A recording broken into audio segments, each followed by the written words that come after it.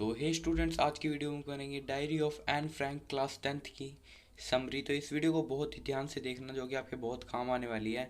तो इस वीडियो में हम एन फ्रैंक की समरी के साथ साथ उसके क्वेश्चन आंसर। तो सबसे पहले तो ये जान लो, ये डायरी लिखी गई है 20 जून 1942 में, और आज हम उसी के कुछ पेजेस को पढ़ने वाले हैं। उसने डायरी लिखी क्यों, यही जान लेते हैं। तो चैप्टर शुरू करने से पहले यही जान लेते हैं, जो एन एफ इसका एक सिंपल सा रीजन है, वो बहुत ज़्यादा अपने आप को अकेला महसूस करती है और ये भी सोचती है कि जो पेपर होता है उसके पास लोगों के मुकाबले ज़्यादा पेशेंस होता है। और ऐसा नहीं है कि एन फ्रैंक किसी को जानती नहीं है, एन फ्रैंक भी जानती है बहुत लोगों को। उसके पास उसकी एक बड़ी बहन है, उसके एक और बहन है उसके पास, और उसके माता पिता हैं। इसी तरह उसके पास टोटल 30 पीपल हैं जिनको मतलब जानती है ये अच्छे। और इन्हीं 30 जनों को अपना फ्रेंड मान सकती है, लेकिन वो किसी भी फ्रेंड्स को अपना मतलब अच्छा ट्रू फ्रेंड नहीं मानती और किसी को ना कन्फाइड करती है। अब कन्फाइड का मतलब क्या होता है, किसी चीज़ को मतलब अपनी पर्सनल चीज़ें बताना, जो कि एन फ्रैंक कभी नहीं करती थी। और शायद इसीलिए एन फ्रैंक किसी को अपना ट्रू फ्रेंड नहीं मानती, तो इसीलिए वो बनाती है डायरी, और अपनी डायरी को ही अपना एक ट्रू फ्रेंड्स मानती है। और अपनी डायरी को एक नाम भी देती है जिसका नाम होता है किटी। और वो अपनी डायरी लिखना शुरू करती है अपने एक ब्रीफ स्केच से, कि आखिर वो है कौन। वो अपनी फैमिली के बारे में बताती है सबसे पहले, और बोलती है कि मेरे फादर एक बहुत ही अडारेबल फादर हैं, जिन्होंने शादी की जाके 36 की एज में, जब उनकी मदर थी 25 फिफ्थ की एज में। यानी शादी कब की, जब वो थे 36 और उनकी मदर थी 25। और उनकी एक सिस्टर है जिसका नाम है मारी गॉट, जिसका जन्म कहाँ हुआ, फ्रैंकफर्ट में, जर्मनी में। और वो खुद एन फ्रैंक, जो कि फ्रैंकफर्ट में रह रही है, और कब तक, सिर्फ 4 साल तक, हाँ ओनली 4 ईयर। और उसके मदर और फादर चल जाते हैं गोलैंड, और उन दोनों को भेज दिया जाता है आर्चन। आर्चन कहाँ है, आर्चन एक जगह है जहाँ उसकी ग्रैंड फादर मदर रहती है, उनके साथ रहने के लिए उन दोनों को भेज दिया जाता है। और वो ज़्यादा देर तक वहाँ रुकती नहीं है, वो कुछ महीनों बाद लीव कर जाते हैं दोनों, गोलैंड के लिए, जहाँ उसके मम्मी पापा रहते हैं। पहले उसकी सिस्टर लीव कर देती है, उसके बाद तुरंत कुछ दिनों बाद एन फ्रैंक भी वहाँ से लीव कर देती है। अब उसके बाद वो बताती है अपने स्कूलिंग के बारे में। उसने स्टार्ट कहाँ से कर रहा था पढ़ना, मोंटेंसरी नर्सरी स्कूल।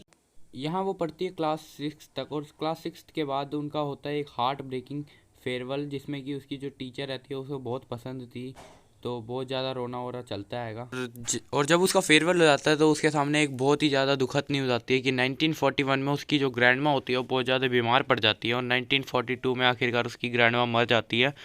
तो जिसके कारण वो अपना बर्थडे वगैरह भी नहीं सेलिब्रेट करती, बहुत ज़्यादा दुखी हो जाती है, क्योंकि अपनी ग्रैंड माँ से काफ़ी ज़्यादा इंटरकनेक्टेड थी। तो और फिर दोबारा वो ले जाती है अपने एक और स्कूल क्लास के इंसिडेंट में, जहाँ की उनकी क्लास पूरी डरी हुई होती है, और बातचीत कर रखी है, वो कर रहे होते हैं कि इस साल कौन पास होगा कौन नहीं, क्योंकि वही वो दिन था जिस जिस दिन उनका रिजल्ट आने वाला था। वो श्योर होती सभी सब्जेक्ट्स में अपने फ्रेंड्स को लेकर, सिवाय एक सब्जेक्ट के, जो कि था मैथ्स, और जो कि उनको टीचर पढ़ाते थे मिस्टर कैजिंग, जो कि काफ़ी ओल्ड फैशनेट थे, और वो एन फ्रैंक के पीछे पड़े रहते थे हमेशा। मिस्टर केजिंग एन फ्रैंक के पीछे हाथ धोकर क्यों पड़े रहते हैं, क्योंकि जो एन फ्रैंक है ना, वो क्लास में पूरा टाइम चपड़ चपड़ चपड़ चपड़ बोलती रहती थी बिना चुपे। इस करके मिस्टर केजिंग इससे बहुत ज़्यादा नाराज़ होते थे और उसके पीछे पड़े रहते थे। एक बार तो एन फ्रैंक को इसी के कारण एक एक्स्ट्रा होमवर्क भी मिल जाता है, जो कि होमवर्क होता है ऐसे। ऐसे किस पे लिखना होता है, एक चैटर बॉक्स पे ऐसे लिखने को दे देते हैं मिस्टर केजिंग उसको।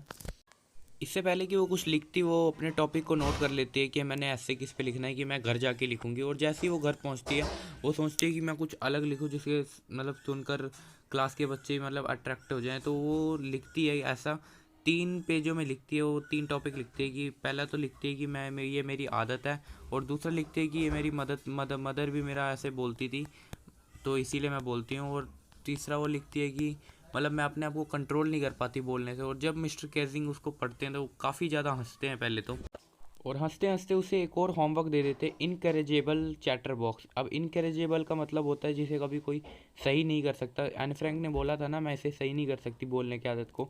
तो ऐसा करने के बाद एन फ्रैंक को भी होमवर्क करके दे देती है अगले दिन।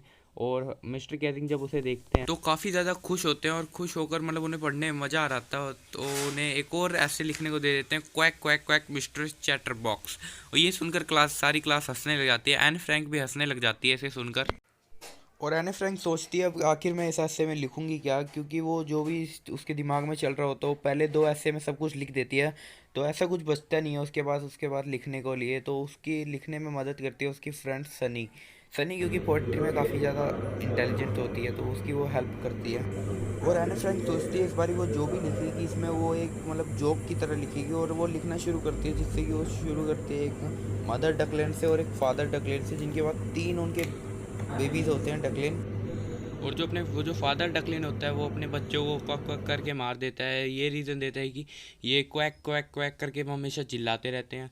तो जब ये मिस्टर केजिंग इसको पढ़ते हैं तो उनके दिमाग में बहुत ज़्यादा असर पड़ता है कि हाँ, बच्चों को नहीं बोलना चाहिए। तब से वो एने फ्रैंक को मतलब क्लास में बोलने की परमिशन दे देते हैं कि हाँ, तू थोड़ी बहुत ही बातें कर सकती है। तो इस चैप्टर में बस यही है। तो ऐसे और चैप्टर्स के लिए इस चैनल को सब्सक्राइब करें। वीडियो पसंद आए तो वीडियो को लाइक करें। हल्का सा भी कुछ अगर इस वीडियो से आपको हेल्प मिली हो तो चैनल को सब्सक्राइब, वीडियो को लाइक करके एक प्यारा सा कमेंट जरूर कर दे रहा है। तो मिलते हैं नेक्स्ट वीडियो में।